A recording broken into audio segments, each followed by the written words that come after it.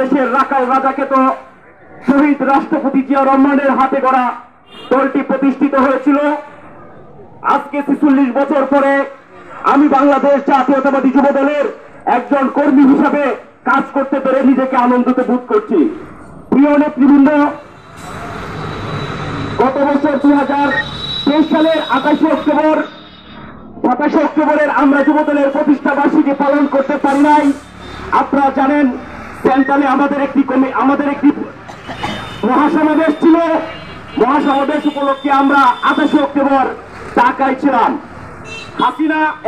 হাসিনা সরকার আমাদের নেতাকর্মীদের 40 লাখ নেতাকর্মীদের উপরে যে রুল স্কিমার চালিয়েছিল, সেদিন থেকে আমরা এক বছর ভালোভাবে ঘরে ঘুমাতে পারি নাই। গত 5 আগস্ট স্বৈরাচার হাসিনাকে একটি গণঅভ্যুত্থানের মাধ্যমে এই দেশ থেকে বিতাড়িত করে আমরা বাংলাদেশ জাতীয়তাবাদী দল সহ এই দেশের সাধারণ মানুষ একটি অন্তর্বর্তীকালীন সরকারকে ক্ষমতা দেওয়া হয়েছে।